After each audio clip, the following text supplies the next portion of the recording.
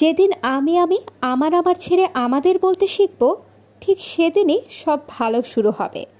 এক ফেসবুক পোস্টে এমনটাই জানিয়েছেন চিত্রনায়িকা পরীমণি। কাজের পাশাপাশি প্রতিনিয়তই সোশ্যাল মিডিয়ায় ছবি, ভিডিও কিংবা নিজের অনুভূতি শেয়ার করে নেটিজেনদের আলোচনা সমালোচনার কেন্দ্রবিন্দুতে থাকেন পরীমণি। তারই ধারাবাহিকতায় এবার ফেসবুকে একটি ছবি পোস্ট করে বিশেষ এই বার্তা দিলেন অভিনেত্রী।